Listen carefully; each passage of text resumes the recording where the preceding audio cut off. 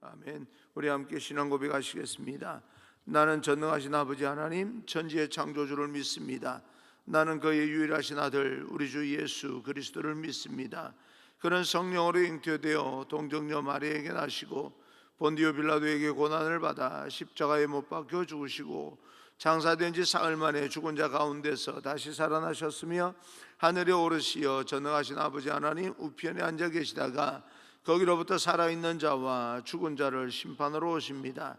나는 성령을 믿으며 거룩한 공교회와 성도의 교제와 죄를 용서받는 것과 몸의 부활과 영생을 믿습니다. 아멘. 오늘 선포되어질 하나님의 말씀은 출애굽기 23장 10절부터 19절까지 말씀을 제가 봉독해 올리겠습니다. 출애굽기 23장 10절에서 19절입니다. 오늘 장례에 발인 예배가 있어서 광고를 드립니다. 유병란 권사님의 숙모 되시는 권정자 권사님 오늘 발인 예배가 9시 15분에 있습니다. 교회 출발을 9시에 합니다. 함께 참여하신 분들 오셔서 위로가 되셨으면 좋겠습니다. 출애굽기 23장 10절에서 19절까지 말씀을 제가 봉독해 올리겠습니다.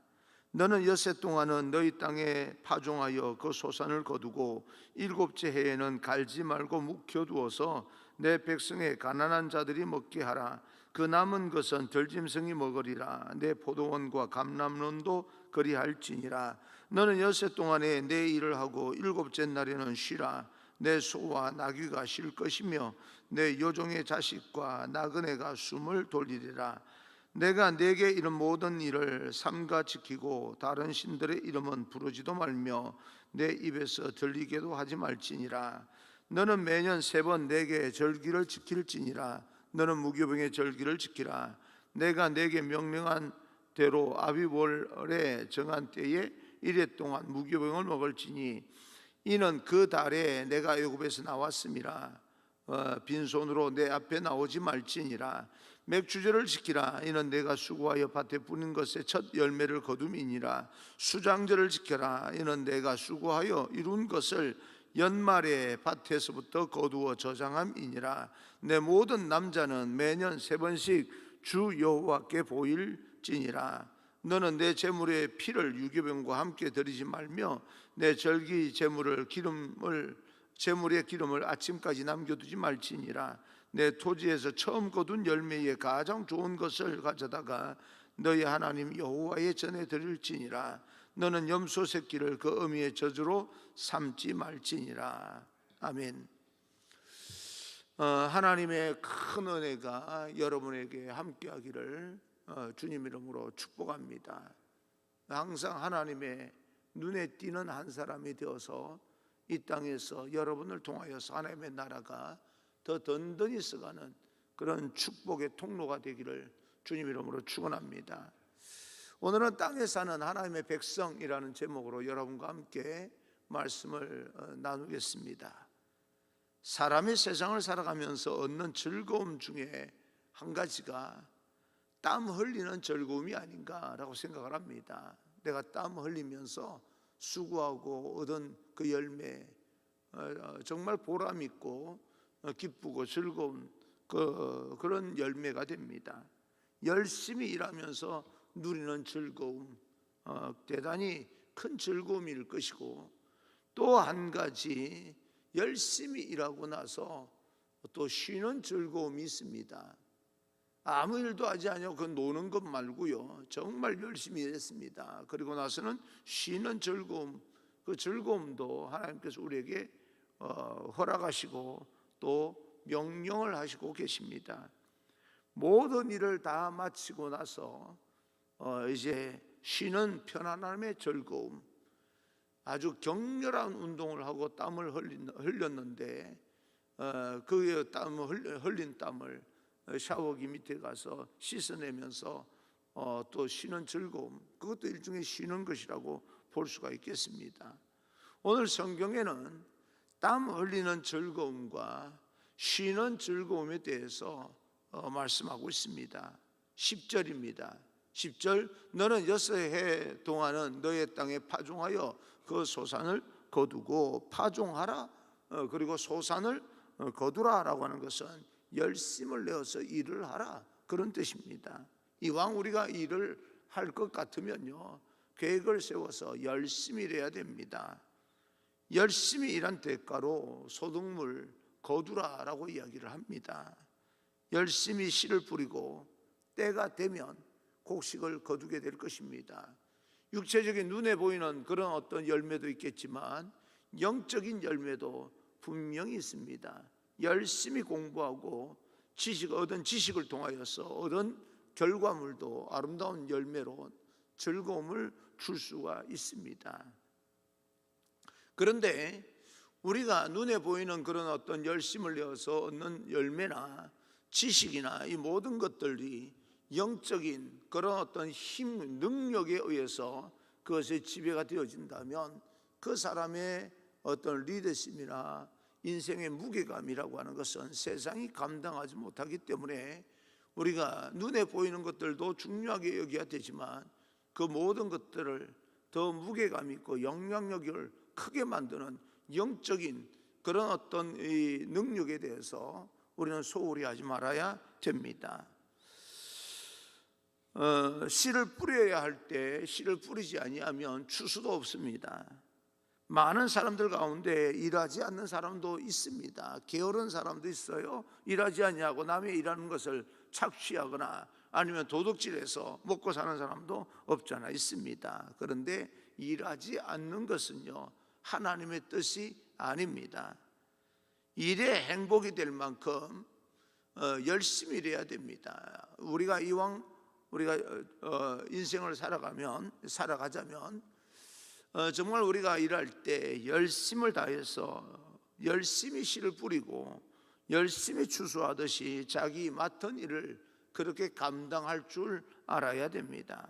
저는 여러분을 축복합니다. 여러분이 지금 하고 있는 모든 일들이 삶의 어떤 부담이 아니라 즐거움이 되기를 축복합니다.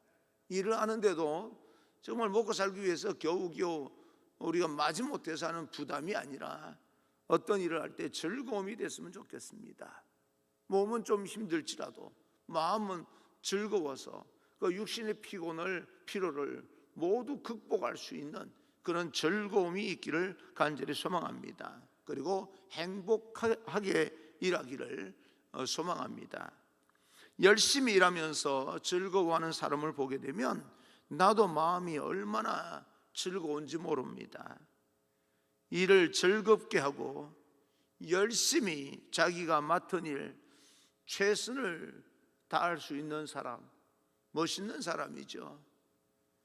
그런 멋있는 사람, 그러면서도 영적으로 더 깊어짐으로 인하여서 그 모든 것이 더 무게감이 있고 더 세상의 영향력을 확대시켜 나갈 수 있는 그런 하나님의 멋있는 사람이 되기를 주님 이름으로 축복합니다. 그리고 난 후에 우리는 어떻게 해야 되는가? 11절입니다. 11절, 일곱째 해에는 갈지 말고 묵혀두어서 내 백성의 가난한 자들이 먹게 하라. 그 남은 것은 들짐승이 먹으리라. 내 포도원과 감람원도 그리할지니라. 6년은 열심히 일하고 7년 되는 해는 밭 갈지 아니하고 파종하지 말고 추수하지 말아라. 저절로 거기에서 자라나는 곡식은 가난한 자와 짐승이 와서 먹도록 하라. 안식년을 땅의 안식년을 선포하고 있습니다. 열심히 일하는 것과 그만큼 열심히 일했으면 한 해 정도는 쉬어라. 땅도 쉬게 만들어라. 거기에서 떨어진 그런 어떤 씨앗 때문에 저절로 자라나는 것이 있지 않겠습니까? 건드리지 않았는데도 불구하고 그런 것은 나그네가 먹도록 해줘라. 그렇게 이제 성경은 이야기하고 있습니다. 열심히 일하는 것 그리고 쉴 수 있는 여유, 이것이 바로 삶의 균형입니다. 여러분, 균형이 깨지면 안 됩니다. 한쪽으로 너무 치우쳐도 안 됩니다.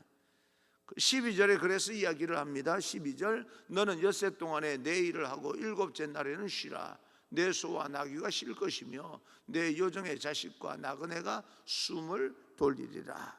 일을 하고 쉬어라. 여기에서 일하는 것과 쉬는 것은요, 똑같은 가치가 있다는 겁니다. 일만 하고 쉬는 것을 쉴 줄을 모르는 사람은 언젠가 탈진해 버리고요, 열심히 일한 대가에 대해서 자기 스스로 기대가 무너져 버리며 인생 자체가 무너져 버립니다. 일은 하지 아니하고 쉬기만 하는 사람은 쉰다고 하는 말을 하지 않습니다. 논다는 이야기를 합니다. 잘 놀기도 해야 됩니다. 그러나 그것도 어느 정도이지 계속해서 일을 하지 아니하고 있는 사람들은 열매를 얻을 수가 없습니다. 그렇게 하지 말라는 거예요. 실패하더라도 일을 하라는 겁니다. 요즘 쉼을 잃어버린 사람은 쉴 수 있기를 바랍니다. 그러나 코로나 바이러스를 통하여서 우리는 너무 많이 힘들고 어려운, 마음은 쉬지를 못해요. 육체는 어느 정도 거리를 두게 하면서 집에서 또 쉼을 얻는 것 같은데 마음이 지금 불안하고 마음이 쉬지를 못하는 거예요. 마음도 그냥 힘들고 어렵지만 이런 기회를 통해서 다시 한번 재도전할 수 있는 힘을 가질 수 있는 그런 기간이다, 그렇게 생각하시고 하나님 앞에 기도하면서 쉴 수 있기를 바랍니다. 우리가 그렇게 잠깐 쉰다고 해서 우리만 망하는 거 아니지 않겠습니까? 망하라는 말은 아니지만 잠깐 쉰다고 망하는 게 아닙니다. 무책임하게 나태하라고 하는 말이 아니라 잘 쉬어라 라고 하는 것입니다. 요즘 일이 없어서 여러 가지로 힘들고 어려운 그런 사람들이 있다면 지금 우리에게 주어진 그 모든 그런 그 현상들 어떤 것이든 간에 그 가운데서도 우리가 최선을 다해서 해야 될 일이 있지 않겠습니까? 그 일에 대해서 소홀히 하지 말아라 라고 이야기를 합니다. 저도 여러분에게 이런 말씀을 드리기가 좀 그렇긴 하지만 매일매일 또 이런 어떤 시간들이 자칫하면 나태해질 수 있기 때문에 일정량 그리고 또 매일매일 나중 새벽 기도를 위해서 지금 출애굽기를 하지만 에스겔서를 강해 설교 준비를 또 하고 있고요. 매일 한 편씩 두 편씩 그렇게 설교 준비를 하고 있습니다. 주일 설교 준비는 매일매일 조금씩 해 나가는 거는 그건 말할 것도 없고요. 수요 예배 그래도 이 기간 동안에는 좀 제가 감당을 해야 좋겠다라고 싶어서 설교 준비를 하고 있는데 그 준비하는 시간이요, 그렇게 여러분들 어떻게 생각하실지 몰라도 만만하지가 않습니다. 그런데도 불구하고 준비를 해야 또 여러분에게 하나님께서 주시는 말씀을 좀 더 깊이 깨닫고 전달할 수 있겠기에 그 일을 열심히 하고 있습니다. 쉬는 것처럼 보이지만 또 나름대로 그런 어떤 쉬는 것처럼 보이는 그 시간에도 제 나름대로는 최선을 다해서 준비하고 있습니다. 그러면서 또 숨을 좀 돌리는 거죠. 여러분, 다른 사람들처럼 또 이런 코로나 바이러스 팬데믹 시대에 할 일이 많지 않다고 해서 그냥 이렇게 있는 것이 아니라 그래도 그런 가운데서 내가 할 수 있는 일이 있을 겁니다. 최선을 다해서 감당해 보는 거지요. 여러분을 축복합니다. 어떤 일이든 포기하지 아니하고 최선을 다해 볼 수 있는 그런 믿음의 사람이 되기를 바랍니다. 그래서 11절 뒷부분을 보게 되면 숨을 돌리리라 라고 하는데, 내가 쉬면 나도 숨을 좀 돌릴 수 있고요, 나와 함께 일하는 사람도 숨을 돌리게 된다라고 하는 것입니다. 때로는 숨을 돌릴 틈도 없이 일할 때가 있지 않겠습니까? 그럴 때는 열심히 일해야 됩니다. 하나님께서 그런 기회를 또 주실 때가 있습니다. 여러분 인생에 숨 돌릴 틈도 없어 라고 말할 정도로 열심히 일할 수 있는 기회가 주어지기를 바랍니다. 그런데 그럴 때일지라도 또 한 번씩은 숨을 돌릴 필요가 있는 거지요. 오늘 말씀의 뜻은 내가 열심히 일하다가 쉬게 되면 종들도 쉬게 되는 것이다. 너와 함께 일하는 사람들도 쉬는 것이다. 짐승들도 쉬게 되는 것이고 땅도 쉬는 것이고 너가 쉬는 대로 너 활동하던 모든 것들이 잠깐 숨을 돌리는 시간이다 라고 하는 그런 내용입니다. 쉬게 만들어줘라 라고 하는 이야기지요. 때로는 자기가 열심히 일하는 것까지는 좋은데 남들도 쉬지 못하게 만드는 사람이 있습니다. 여유를 가지고 좀 유머를 가지고 아무리 급하더라도 조급히 일하면 망칠 수가 있으니까 좀 숨을 돌릴 틈을 가져라 라고 이야기를 합니다. 여유와 유머, 그런 인생이 우리들의 인생이 되기를 간절히 소망합니다. 막 급하게 조급하게 또 뭐 거의 숨 돌릴 틈도 없이 그렇게 하는 것도 나쁜 일은 아닐 거예요. 그런 기회를 주신 하나님 앞에 감사하면서 감당해야 될 것입니다. 근데 어떤 사람 보면 마음이 급하니까요 말도 험하게 나와요. 조금 더 말해도 가시가 돋쳐서 여유가 전혀 없어요. 그러면 자기 혼자 잘하는 것처럼 그렇게 이야기하는 사람이 있습니다. 그러나 숨을 좀 돌리면서 다시 한번 생각해 볼 필요가 있겠지요. 13절입니다 13절 내가 네게 이런 모든 일을 삼가 지키고 다른 신들의 이름은 부르지도 말며 내 입에서 들리게도 하지 말지니라. 다른 신의 이름은 부르지도 말아라. 하나님만 섬겨라는 이야기입니다. 지금은 절대적으로 하나님께 집중할 때입니다. 다시 말하면 예배자로 살아라. 여러분 성경에 나와서 예배 드리는 것만이 예배자가 아닙니다. 예배 드리고 나서 일상생활 속에서 살 때도 하나님께 집중하는 사람이 예배자입니다. 일할 때도 예배자의 모습을 잃지 말고 쉴 때도 예배자의 자세를 가지고 쉬어라 라고 하는 겁니다. 일할 때도 하나님께 집중하고 쉴 때도 하나님께 집중하라, 그런 이야기입니다. 하나님과 함께 일하고 하나님과 함께 쉬어라 라고 하는 것인데, 그러려면 우리가 항상 마음에 하나님의 말씀을 새기고 하나님을 기억하고 하나님의 이름을 부르는 그런 인생이 되어야 됩니다. 하나님의 이름을 부르고 하나님을 기억하고 하나님을 예배하기 위해서 하나님께서 허락하시는 것이 있는데, 그것이 바로 절기입니다. 그것이 바로 안식일입니다. 매일매일 하나님을 기억하며 살아야 되지만 특별히 하나님을 기억하고 예배드리는 그 시간을 놓치지 말아라, 그렇게 하나님께서 말씀하고 있는 겁니다. 그것이 바로 절기이고 안식일이다. 14절입니다 14절 너는 매년 3번 내게 절기를 지킬지니라. 3번 절기를 지켜라. 그 3번 절기를 지키는데 어떤 절기이냐면 15절입니다 15절 너는 무교병의 절기를 지키라. 내가 내게 명령한 대로 아비벌에 정한 때에 이래 동안 무교병을 먹을지니 이는 그 달에 내가 애굽에서 나왔음이라. 빈손으로 내 앞에 나오지 말지니라. 애굽에서 나올 때 그때를 기억하고 누룩 없는 부풀리지 않는 떡을 밀가루로 만든 바로 그렇게 만든 떡을 먹으면서 하나님을 기억하라. 너를 애굽에서 해방시켰던 하나님을 기억하라. 무교병을 먹으면서 하나님께서 우리 민족을 그 노예로부터 해방시켰음을 기억하는 그런 절기를 지켜라, 그런 이야기입니다. 우리나라로 말하면 8.15 해방이나 이런 어떤 날들은 좀 지켜줘라, 기억하고 살아라, 그런 이야기겠지요. 16절입니다 16절 맥주절을 지키라. 이는 내가 수고하여 밭에 뿌린 것의 첫 열매를 거둠이니라. 수장절을 지켜라. 이는 내가 수고하여 이룬 것을 연말에 밭에서부터 거두어 저장함이니라. 첫 열매를 거두면서 맥주절을 지켜라. 보리맥에 추수할 추자 아니겠습니까? 보리 추수한 것을 기억하며 지키는 절기입니다. 그래서 우리도 맥주절을 지키고 추수 감사절을 지킵니다. 그리고 특별히 예수님이 오신 성탄절을 지킵니다.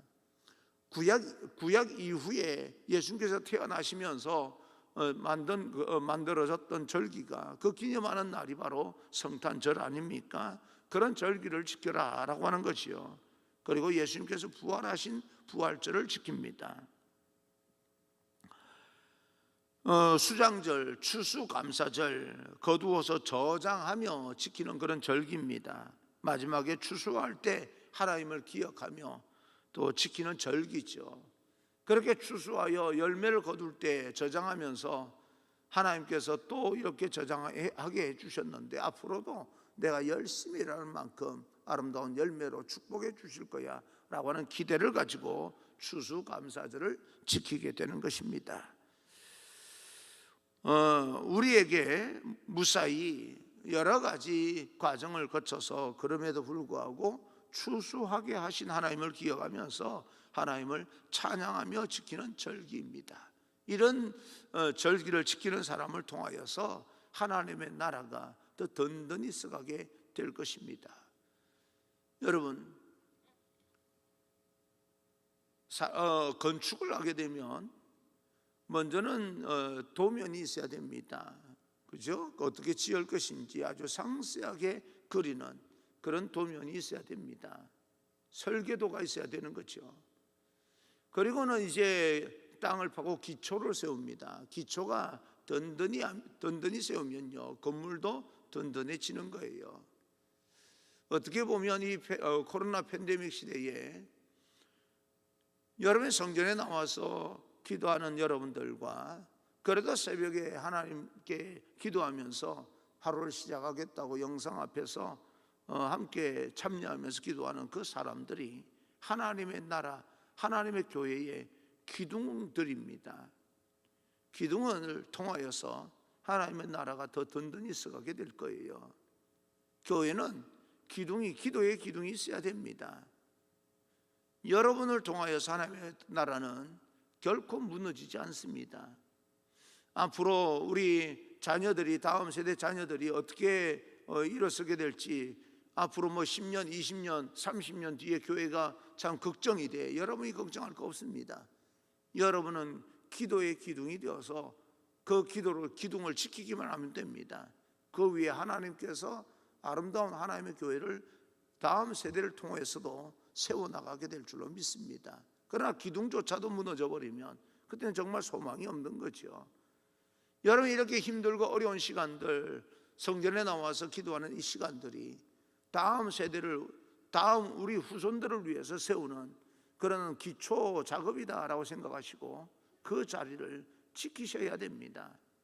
아무리 현상이 힘들고 어렵다 할지라도, 어려운 시간이라 할지라도 하나님께서 어떻게 이렇게 간섭하지 않을 수가 있지라고 하는 그런 생각이 든다 할지라도 여러분, 이 예배의 자리, 기도의 자리, 찬송의 자리를 지키게 될 때 하나님께서는 여러분을 기둥을 삼아서 하나님의 교회를 더 든든하게 세워나가실 것이기 때문에 여러분, 이 자리를, 결코 이 영적인 자리를 놓치지 않기를 간절히 소망합니다.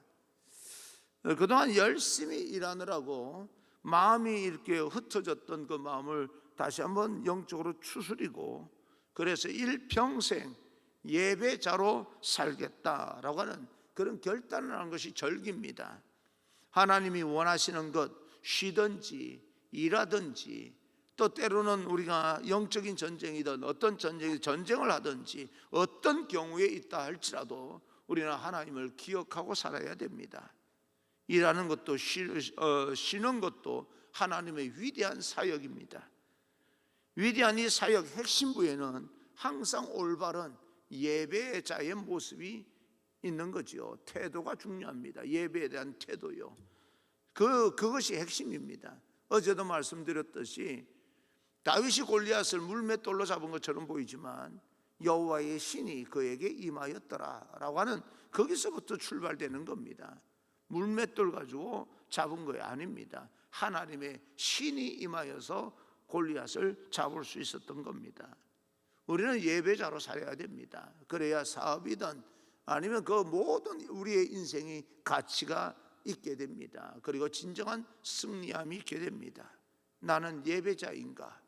항상 여호와 하나님을 기억하며 예배 드리는 자의 모습으로 살아간다면 지금은 힘들고 어렵고 여러 마음이 무너질 만한 그런 어떤 사건이 일어난다 할지라도 결국에는 극복하고 위대한 인생을 살아가게 될 줄로 믿습니다. 일이 회복되어지고 쉼이 회복되고 예배가 회복되어지는 그런 출발점이 바로 여러분이라고 하는 생각을 가지시고 오늘도 당당하게 믿음을 가지고 하나님을 기억하고 세상을 향해 나아갈 수 있는 그런 하나님의 백성이 되기를 주님 이름으로 축원합니다.